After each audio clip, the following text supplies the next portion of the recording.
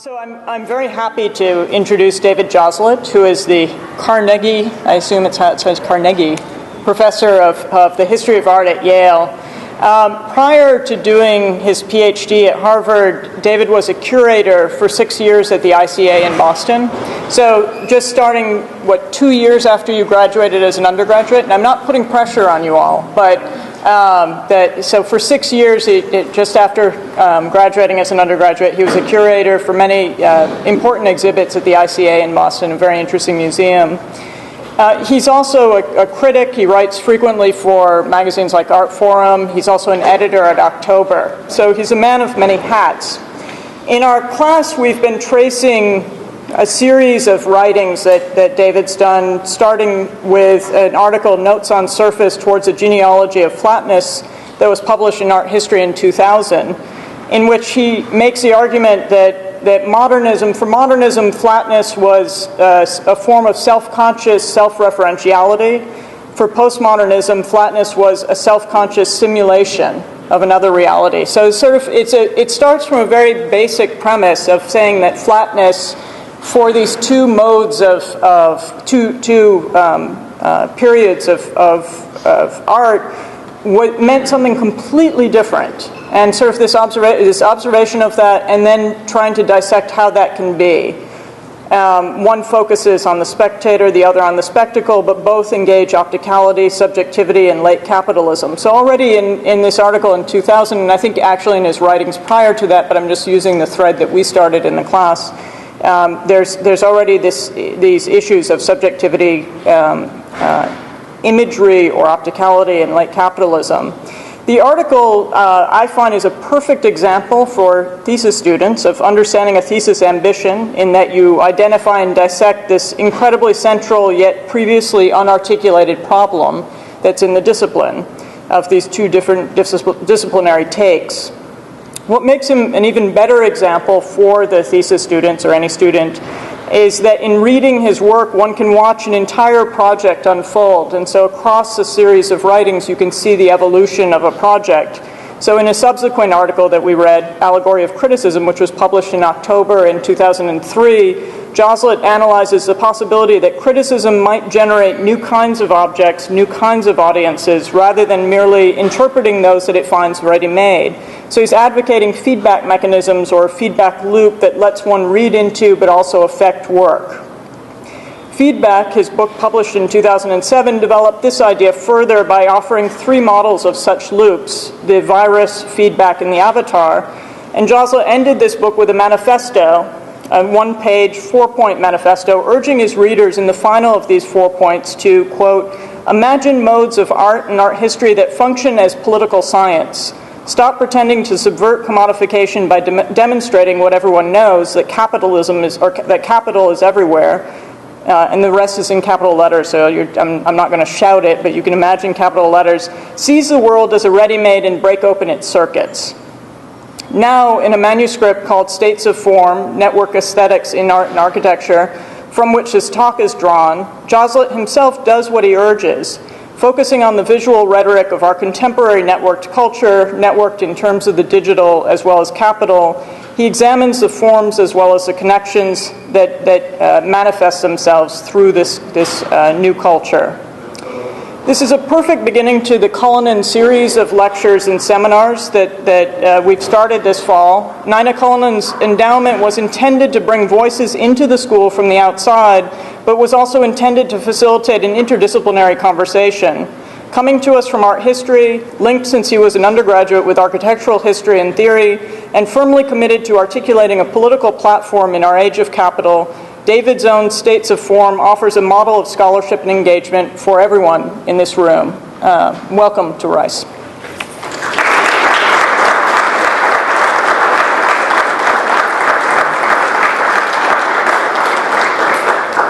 I have to turn myself on first.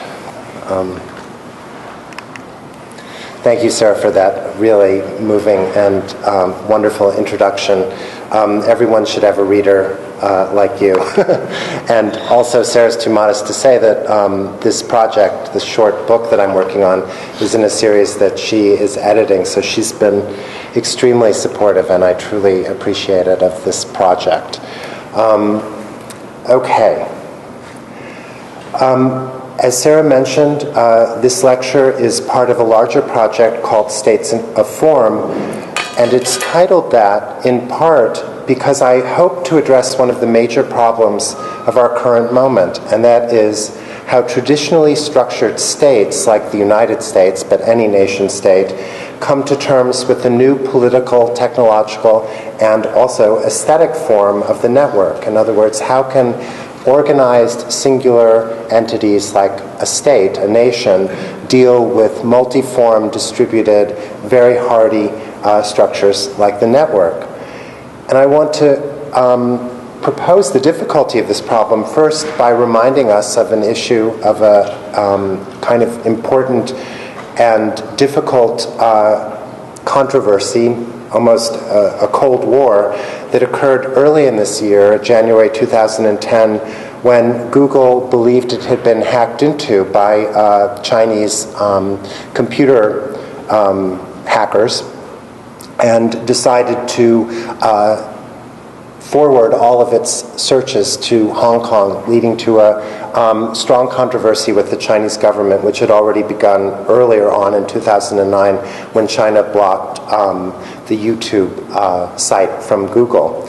The reason I want to talk about this is that what happened was a private company and a network, the two being superimposed on one another, not absolutely, but very closely, that is Google and the internet, became involved in political questions that move well beyond that of either a company or a network, and engages with two of the most important, or at least the most powerful, nation states in the world currently. First of all, Google became a kind of political entity, almost a sort of State Department, in its relationships with China, in choosing to censure China, at least by withdrawing its, by rerouting its searches, and therefore defying its position on limiting searches from their territory. But second, the US government was and is concerned about the security breaches that Google experienced as a private company, as the representative, as I say, of this larger network, and therefore the issue became political, but was dealt with as much by the corporation as by the government. So in both cases, both from the Chinese point of view and from the American point of view, we have a situation of messy interchange between a network and a state, a network and a nation state, where it becomes clear that it's very difficult to negotiate with a network. Who exactly is negotiating? Is it the corporation, or is it the system that goes well beyond it? And where does the state fit in to a system like this, over which it has very limited control? Just as a second example, which I'll just kind of mark with this placeholder of a screen grab of Osama bin Laden in one of the several videos that he distributed in putting forth his various proclamations during the period before and after 9/11. The war in Afghanistan, and more widely the war against the Taliban and the so-called war on terrorism, is a war against a network. It's not a war against the state. And I think that the reason that the war in Afghanistan has gone so poorly, in my opinion, is that in fact it's very difficult to fight a conventional war, even a smart war with advanced weapons, against a network. Because a network, by its nature, is distributed and resilient. When you attack one part of a network, it regenerates in other places. So what I'd like to suggest is that the moment we live in is defined by this kind of very large question, which is political, social, and aesthetic, of how an entity like the nation state, or what I'm going to be focusing on for the rest of this lecture really, how an entity like an object, an aesthetic object in either architecture or art, can confront and operate with, through, and against networks. So what does this have to do with art? What does Google in China or Osama bin Laden's videos distributed through the viral networks of international media, and the Taliban itself, a modern network like many others, have to do with objects of art? Well, I think, in fact, that we're dealing with the same sets of questions about how objects become redefined within network circulation. And I want to start this problem by thinking about the status that art is assumed to have. Art's value is traditionally linked to scarcity. Formerly, this scarcity had to do with the originality and uniqueness of an artist's hand and skill, his or her imagination. Here I'm showing you Picasso's watershed collage, Still Life with Chair Caning from 1912, as an example of a work of art whose rarity is linked to a certain kind of expertise.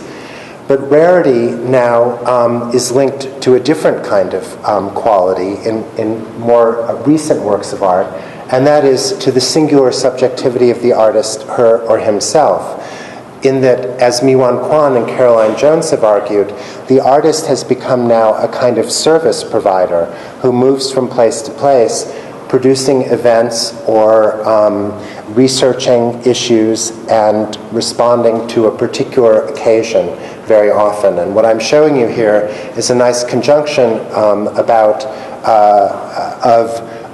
this kind of model of creativity on the part of the artist as a sort of service provider. This is Andrea Fraser doing a piece at the Guggenheim Bilbao, where she actually listens to the audio guide and takes it seriously. I don't know if any of you have actually listened to this audio guide, but it takes Frank Gehry's famous and iconic building, the Guggenheim Museum in Bilbao, as a kind of erotic object, which Andrea Fraser actually enacts.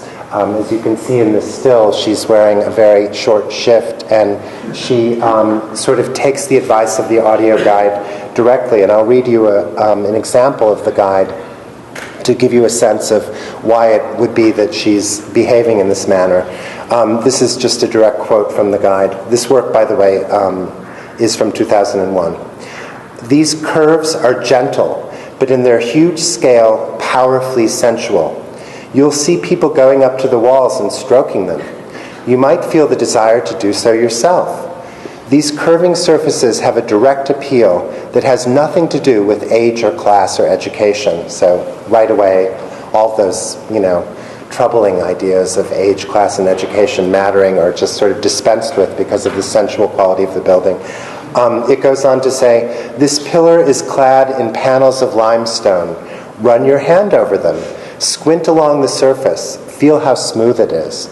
So in this work, Andrea Fraser actually took these exhortations of the audio guide seriously and did these things with the building in an effort to demonstrate how museum culture has created a kind of seductive consumer experience for viewers, which has a lot to do with architecture. In a way, all of this is beside my main point, which is that only Andrea Fraser on this site could make this work. So the singularity of the artistic gesture no longer has to do with the imaginative or skillful quality of the object, but rather with the singularity of the artist, who can only be in one place at one time. So in other words, one could say that we've moved from the singularity of the object to the singularity of the subject. However, the reality in the world of art is that art is not scarce.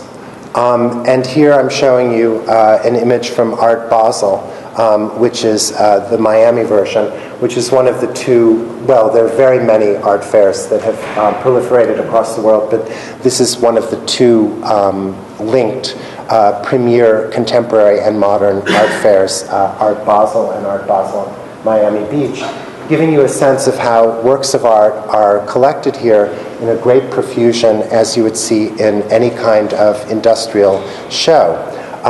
So the fact is that though we value works of art for their scarcity, either their imaginative uniqueness, their skillful execution, or the singularity of the artist's gesture which produced them, the fact is that art isn't scarce at all. There's a huge proliferation of artistic production, and even with the downturn, a huge expansion of the market for the production and consumption of art.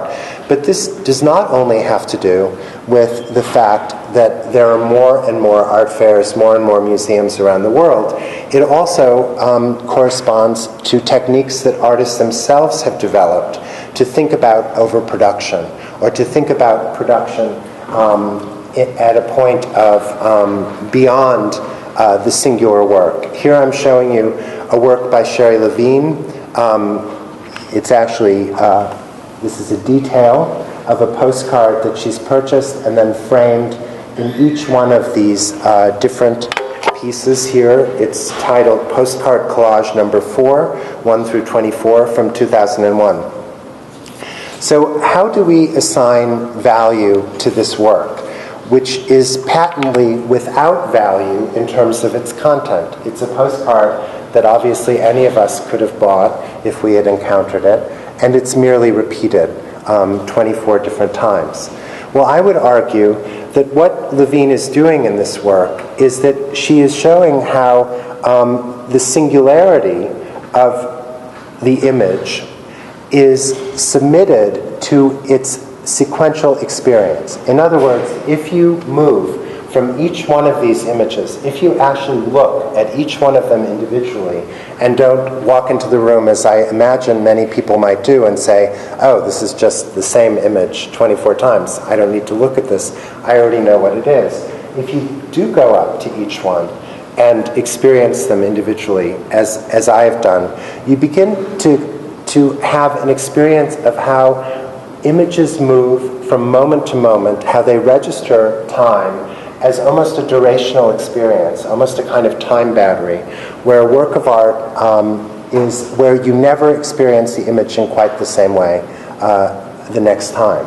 So it's as though what Levine is doing is forcing you to think about the temporal sequence of your own reception, of your movement from image to image, to mark that experience as opposed to marking a particular content.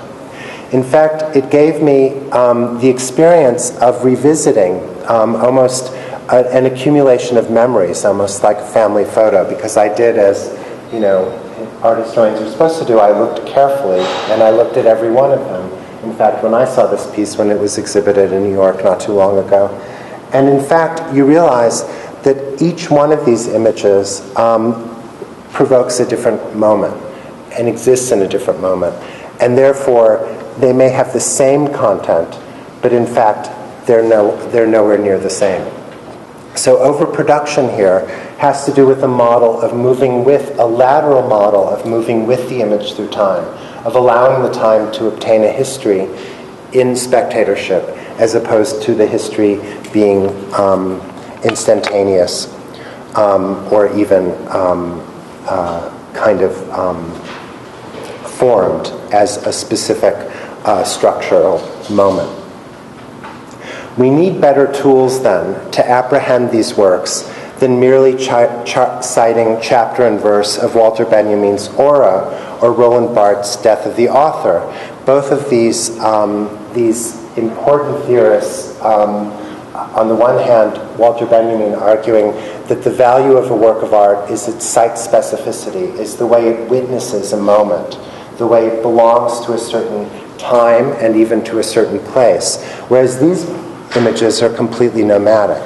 So if they belong not to a place, what do they belong to? Well, I would argue that they belong to a network, and that the experience that one has as one's walking from one to one is a blank experience, let's say, of surfing a network, where each one of the images is the same, which leads you to be conscious of your own gesture of going from one to one. So on the one hand, Benjamin's site specificity needs to be rethought, but on the other, Roland Barthes, who famously argued along with Michel Foucault that that authorship, that creativity, that the values that I'm talking about as inhering in works of art traditionally, its scarcity, no longer give those values to the work of art, that they're in fact obsolete, and therefore a work like Levine's is merely demonstrating the fact that it's no longer the artist's gesture that counts. That's not really what's at stake here either, because the artist's gesture does not inhere in the image. The artist's gesture inheres in the network of those images. The image is the same, so that you don't take the bait and think that the image is what matters. So this, I would say, is a kind of aesthetics of overproduction.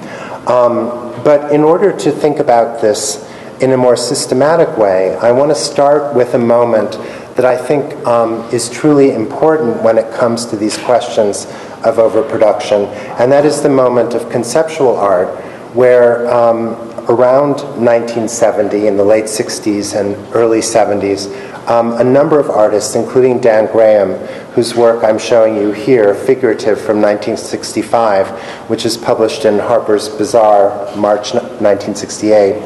His work is actually this line of figures without a sum at the bottom, and it's published within the magazine between these two advertisements, one for Tampax and one for Brazier, in Harper's Bazaar, which at that point, actually, despite being a kind of fashion magazine, was also very sophisticated when it came to cultural and artistic affairs. So I want to take, I'll say more about this work in a moment, but I want to take seriously the equation that conceptual art made between art and information. Between thinking about the work of art as a form of information that's formatted by an artist, and to think about what that means when we then look at this problem of overproduction. So here, what do we see in Graham's work? Well, it's a found grocery receipt without a sum, and it was published, as I mentioned, in Harper's Bazaar by the poetry editor, who was someone Graham knew. The advertisements are by accident, but it's hard not to think about the figurative here as having one of its meanings referring to the figurative of the advertisements around it. But the figurative also obviously has to do with the figure of a sum, of a currency. And the fact that it's not added up here at the bottom suggests, in fact, that there is no end to this process, just as there was no end to the process that Sherry Levine proposes for us. So if we decide that information is radically fungible, or if we accept, I should say, that information is radically fungible, that is, that it can change its form, that it can move from one transaction to another, then we have a number of conclusions that we can make. First, our subspecies, a subset, acceptable